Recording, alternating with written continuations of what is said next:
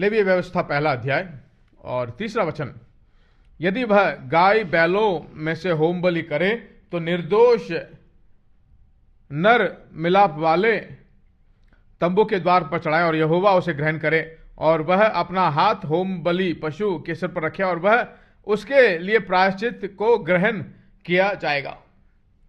जो बलि चढ़ानी है उसके गाय बैलों से लेना है, कहीं और अनजाने जगह में, अननोन जगह में नहीं। वह जिसे को जानता है और उसके गाय बैलों से लेना चाहिए। परमेश्वर स्वर्ग से ही यीशु को चुनता है, स्वर्ग से ही पिक करके उसे भेजता है, पर स्वर्ग के बेस्ट को भेजता है। पर भूमि में मनुष्य की तरह जिया, मनुष्यों के बीच में मनुष्यों की तरह जिया, पर मनुष्यों में जो भी पाप स्वभाव था, पाप का धब्बा, उसमें कुछ भी नहीं था। दुनिया में, इस भूमि में आने वालों में तीन लोग हैं जो बिना पाप के थे। पहला आदम और हव्वा, परमेश्वर के द्वारा बनाए गए, बिना किसी पाप के परमेश्वर ने बनाया। दूसरी बात, यीशु मसीह आत्मा, प्राण, शरीर, सोचें, किसी भी चीज में पाप नहीं था। मनुष्यों के बीच में रहा, पर मनुष्यों के बीच में हमारे लिए एक बलि के रूप में चुना, परमेश्वर के मेमने के रूप में उसे चुना। फिर कहा गया है उस बैलों को लेकर आया जाना चाहिए।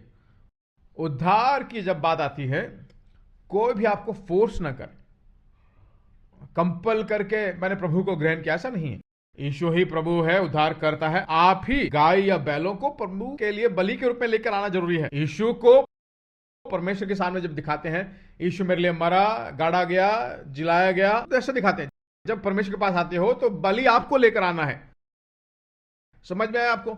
यह फोर्स कन्वर्शन नहीं है, जबरदस्ती धर्मांतरण नहीं है। वह खुद अपने आप, अपनी मर्जी से, वही नहीं, उस बैल के ऊपर या उस भेड़ के ऊपर जो अपना हाथ रखे, हाथ रखकर उसको बलि जाए। तब क्या होता है कि उसका पाप उसके ऊपर जाता है और उसका निष्पाप इसके ऊपर आ जाता है, क्योंकि वह बिल्कुल निष्पाप है, उसमें कोई गलती नहीं है। यीशु सूली पर हमारे लिए जाता है, मेरा पाप उसके ऊपर जाता है, उसकी धार्मिकता मेरे ऊपर आती है, मेरी दरिद्रता उसके ऊपर जाती है, उसका समृद्धि मेरे ऊपर आता है, मेरी बीमारी उसके ऊपर जाती है, और वह जैसे भला चंगा रहा है वही चंगाई मेरे ऊपर आती है। यीशु ने चश्मा नहीं पहना था, मैं भी नहीं पहनूंगा, जल्दी से नहीं पहनूंगा। यीशु के लंबे बाल थे, मैं भी बड़े बाल रखूंगा, कम से कम मेरा सर गंजा तो नहीं होगा। मैं चाह रहा हूं बाल न झड़े, आरोग्य से जीना चाहता हूं। वह मेरी बीमारी को ले चुका है, उसकी चंगाई मुझे दे दी है। यीशु कभी भी बीमारी में या हेडेक में नहीं लेटा। क्या लेटा? वो कभी नहीं बोला जाओ भाई बड़े सिरदर्द के आदमी हो, नहीं बोला।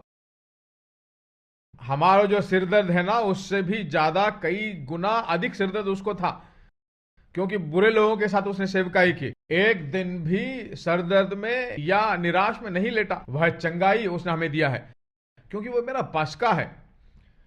इस जगत के सभी लोगों का हाथ उसके ऊपर रखा, यहूदियों ने अपना हाथ उस पर रखा। यीशु जब सूली पर मरा तो मेरा हाथ भी उसके ऊपर था। उन दिनों में यहूदी दुनिया जो है 2 भागों में बंटती, यहूदी और अन्य जाति। दुनिया हर वक्त 2 भागों में बंटती है, एक यहूदी या अन्य जाति। आज भी परमेश्वर की नजरों में ऐसा ही देखता है, एक उद्धार पाया हुआ, दूसरा उद्धार नहीं पाया हुआ। आप ही आजाद देखते हो, यह हमारा आदमी है क्या? परमेश्वर 2 ही नजरों में देखता है, उद्धार पाया मेरा बेटा है, मेरी बेटी है, यह उद्धार नहीं पाया हुआ है, हमारा आदमी नहीं है। उस दिन भी दुनिया यहूदी या यहूदी नहीं ऐसा ही दिखता। उसका हाथ उसके ऊपर था। यहूदियों ने रोमियों के हाथ में उसको सौंपा। सभी लोगों का पाप उसने अपने ऊपर लिया और परिपूर्ण चंगाई उसने दी है। सभी लोगों को, मैंने कहा, चुने हुए कुछ अनुग्रह पात्रों को ही नहीं, सभी लोग चंगाई में जी सकते हैं, सभी लोग समृद्धि में जी सकते हैं। समझ में आई मेरी बात आपको? उन दिनों में 30 लाख लोगों में एक भी गरीब नहीं था। मैं कहता हूं कलीसिया के अंदर 30 करोड़ हो तब भी एक भी व्यक्ति गरीब नहीं रह सकता। गरीबी में आ सकते हैं, पर थोड़े ही दिनों में गरीबी नहीं बल्कि धनवान बनना है, बदलना होगा।